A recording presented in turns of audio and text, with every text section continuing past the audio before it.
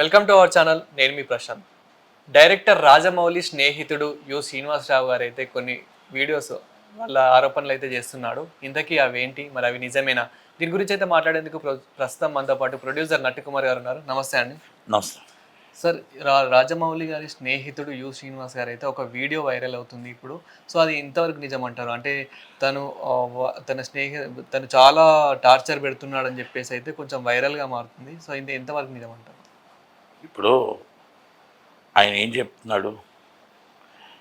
ఆయన స్నేహితుడు రాజమౌళి గారు ఇద్దరు కలిపి మంచి స్నేహితుడు. 34 సంవత్సరాల క్రితం ఎవరో ఒక అమ్మాయిని లవ్ చేశాం. ఆ అమ్మాయిని నేను సాక్రిఫై చేశాను. ఇప్పటికీ నేను పెళ్లి చేసుకోకుండా ఉండిపోయాను. ఇది 34 సంవత్సరాల తర్వాత గుర్తొచ్చింది. 4 సంవత్సరాల క్రితం నుంచి నన్ను ఏదో అరెస్ట్ చేస్తున్నా. అరెస్ట్ చేస్తే పోలీస్ స్టేషన్లు ఉన్నాయి కదా, అరెస్ట్ చేస్తే విట్నెస్లు ఉన్నాయి కదా, అరెస్ట్ చేస్తే డిపార్ట్మెంట్ ఉంది కదా. ఇది మరణ వాంగ్మూలం అవసరంలా, ఇవన్నీ ఉన్నాయి కదా. మీరు ఆడపిల్లని ఎందుకు మధ్యకి తీసుకొస్తున్నారు అంట. నేను 34 సంవత్సరాల క్రితం ఉన్న అమ్మాయి ఇప్పుడు పెళ్ళయి ఉంటుంది. పేరు కూడా తీయకూడదు. పెళ్ళయి ఉంటుంది. ఆమెకు ఆల్రెడీ పిల్లలు ఉంటారు. ఆ పిల్లలకు పిల్లలు ఉంటారు. 55 సంవత్సరాలు మీరు చెప్పిన ప్రకారం కదా, 50 నుంచి 55 సంవత్సరాలు వచ్చే ఆడపిల్లని ఈరోజు మీరు రోడ్డు మీదకి లాగుతున్నారంటే మరి మీరు మనుషులా ఏమనుకోవాలా? రాజమౌళి గారికి మీకు ఏదైనా ఉంటే ఇంటర్నల్గా తేల్చుకోండి. మిమ్మల్ని బెదిరిస్తున్నాడు అనుకుంటే పోలీస్ స్టేషన్ కంప్లైంట్ ఇవ్వండి. పోలీసు వాళ్ళు కేసు తీసుకోవటం సిపి గారిని కలవండి. అప్పుడు ప్రెస్ మీట్ పెట్టండి.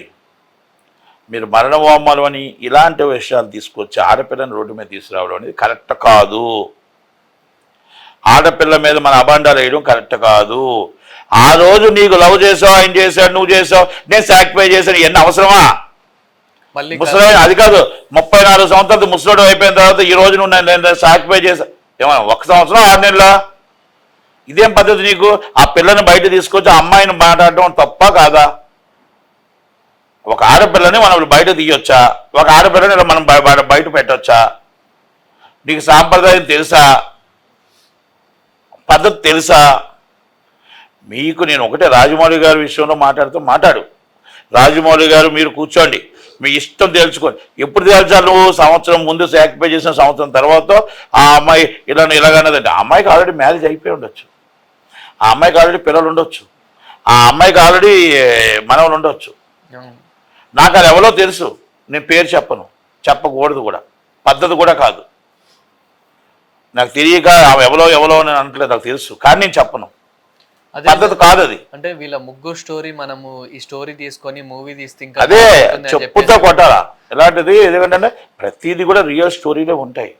మనం ఒక అమ్మాయి ఆ పెళ్ళి అయిపోయి ఒక ఇంటికి వెళ్ళిపోయిన అమ్మాయిని, ఆ ఇంటికి పిల్లలు పుట్టిన అమ్మాయిని, మళ్ళీ ఆ పిల్లలకు పెళ్ళిళ్ళు అయిపోయిన అమ్మాయిని ఈ రోజు మన రోడ్డు మీదకి లాగడం అనేది మన హుందాతనం కాదు. దయచేసి ఇలాంటి వాడిని ఇమ్మీడియట్లీ మహిళా కమిషన్ కానీ ఇమ్మీడియట్లీ యాక్షన్ తీసుకొని సీరియస్గా immediately register this case. Name కూడా దయచేసి నేను మళ్ళీ రిక్వెస్ట్ చేస్తున్నా, ఎనీ ఛానల్ ఎవరైనా సరే దయచేసి ఆ అమ్మాయి పేరు మాత్రం బయటికి తీయొద్దు. ఎందుకంటే వాళ్ళ కాపలో నిలబెట్టడానికి ఎవరు కూడా బయటికి మాట్లాడకూడదు.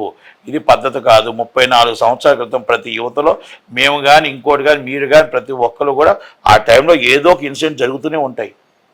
ఆ రోజు నీకు ఇప్పుడు గుర్తొచ్చిందా ముసలోడు దసరా పండుగని? శ్రీనివాస్ గతంలో ఒక మాట అన్నారంట రాజమౌళి గారితో, మనం ముగ్గురం కలిసి ఉందాం వీలైతే అని చెప్పేసి. మాట అండి, నేను ఒకటే మాట, బేస్లెస్ అంటున్నాను. అది అవి ఇప్పుడు మాట్లాడే సందర్భాలు కావు. ముసలోడికి దసరా పండుగ ఇది సందర్భం కాదు, ఇది పద్ధతి కాదు. ఆ అమ్మాయి నా కుటుంబంలో ఉన్న అమ్మాయి అయితే అలా మాట్లాడితే చీడ్చి కొట్టేస్తాను నేను. ఇలాగ తప్పది. ఎవరైనా ఆడపిల్లే ఏంటది నాటకాలా? 34 సంవత్సరాల క్రితం నువ్వు అందగాడు లవ్ చేసావు, ఆ రోజు నువ్వు చేత కాలేదు, నువ్వు అయిపోయింది అక్కడితో మర్చిపో. ఆ అమ్మాయికి పెళ్ళి అయిపోయి ఉంటుంది, అయిపోయింది, అంతా అయిపోయింది. అయిపోయిన తర్వాత నీకు ఎందుకు? ఇప్పుడు నీకేమైనా ఉంటే ఆయనకి నీకు ఇంటర్నల్గా ఉంటే ఆయన్ని ఎత్తు. అంటే ఇన్ని రోజుల నుంచి ఆయన కోసం మాట్లాడు. ఇన్ని రోజుల నుంచి మాట్లాడింది ఇప్పుడు ఎందుకు మాట్లాడుతున్నారు? రాజమౌళి గారు పెద్ద బాగా టాప్ అయ్యారు. రాజమౌళి గారికి ఆయనకి ఇంటర్నల్గా ఏదో డబ్బుల విషయం ఉండొచ్చు, లేకపోతే ఏదైనా నేను అడిగి ఉండొచ్చు, ఆయన ఇవ్వకపోవచ్చు, లేకపోతే ఏదైనా సంథింగ్ ఉండొచ్చు. కనుక అందుకే మరల వామలు అని ఆయన ఇచ్చి ఉండొచ్చు. ఎందుకంటే వాళ్ళంతా కలిసే ఉన్నారు కదా, వాళ్ళంతా ఫ్రెండ్సే కదా, ఎగ్జిక్యూటివ్ ప్రొడ్యూసరే కదా యమదొంగలోని. మీకు విభేదాలు వచ్చాయి కాబట్టి బయట పెడతావా? తప్పు కదా అది. అంటే విభేదాలు వస్తే బయట పెట్టు, మీ ఇద్దరు ఇంటర్నల్ గొడవలు బయట పెట్టుకోండి. ఆడపిల్లల మధ్యకు తీసుకురావద్దు అంటున్నా నేను. ఆడపిల్లలు సంవత్సరమో 2 సంవత్సరాలు కేసులు కావు. 34 సంవత్సరాలు నీ వయసులో ఉన్నప్పుడు నువ్వు లవ్ చేసావు, నువ్వు ముసలాడు అయిపోయాప్పుడు మరి ఆ అమ్మాయి కూడా అయిపోద్ది కదా, ఆ అమ్మాయి కూడా పిల్లల తల్లి అవుతుంది కదా. బుద్ధి లేదా నీకు? కనుక దయచేసి ఇలాంటి చీప్ రాజకీయాలు, ఇలాంటి చీప్గా మాట్లాడకూడదు. ఇలాంటివి మనం సమాజానికి, మన ఇండస్ట్రీకి మనం ఏమి ఇస్తున్నాం? ఇప్పటికే ఇండస్ట్రీ అంటే సగం దరిద్రంగా చాలామంది చీప్గా చూస్తున్నారు. ఇలాంటివి తీసుకురాకూడదు. రాజమౌళి గారిది ఏదైనా ఉంటే అది ఇంటర్నల్గా మీరు కూడా మాట్లాడుకోండి, తప్పలేదు దాంట్లో. మీరు కేసు పెట్టండి, లీగల్గా కేసు పెట్టండి, లీగల్గా ఫైట్ చేయండి, మీరు ప్రెస్ మీట్ పెట్టండి. అమ్మాయిని మధ్యకి లాగొద్దు అని అంటున్నాను అంతే. నేను వేరే రాజమౌళి గారిని అనొద్దు, రాజమౌళి గారిని నేను వెనకేసి రావట్లా. ఆ అమ్మాయిని ఎవరు కూడా అనొద్దు. అది ఎవరి అమ్మాయి అని అనవచ్చు. ఈ వయసులో అనకూడదు ఆ మాట, ఈ వయసులో చెప్పకూడదు ఆ మాట. వాళ్ళ మంచి కాపురంలో స్విచ్ పెట్టే పరిస్థితి రావద్దు. అది మంచి పద్ధతి కాదు, మంచి సాంప్రదాయం కాదు అని మాత్రం నేను చెప్తున్నాను. Thank you. Thank you very much. India's #1 director SS Rajamouli and Rama Rajamouli వల్ల నేను చనిపోతున్నాను. అందుకు సంబంధించి నేను ఇస్తున్న మరణ వాంగ్మూలం. వీడేంటి పబ్లిసిటీ కోసం ఇలా చేస్తున్నాడు అని మీరు అనుకోవద్దు. పబ్లిసిటీ చేసుకునేవాడు ఎవడో చనిపోవాలని అనుకోడు. అందుకే మరణ వాంగ్మూలం ఇస్తున్నాను. నేను పనిచేసిన వాళ్ళలో ఎంఎం కీరవాణి, గుండం గంగరాజు గారు, చంద్రశేఖర్ ఇలేటి, అను రాఘవపూడి, మైత్రి మూవీస్ ఎంఓ చెర్రి, డ్రీమ్ ఫార్మర్ సుధీర్, ఇలా లిస్ట్ చెప్పుకుంటూ పోతే చాలా ఉంది. వీళ్ళందరికీ మా ఫ్రెండ్షిప్ గురించి తెలుసు. మేము ఎంత క్లోజ్ ఫ్రెండ్స్ ఏంటి అనేది అందరికీ తెలుసు. స్టోరీలోకి వస్తే మాది 1990 నుంచి ఫ్రెండ్స్. మాది 34 సంవత్సరాల ఫ్రెండ్షిప్.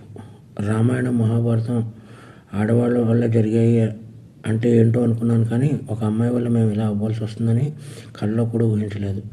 అందరి జీవితాలలోనే మా జీవితంలో కూడా ఒక అమ్మాయి ప్రవేశించింది. ముందు రాజమౌళి, తర్వాత నేను. As it is triangle love story, Arya 2.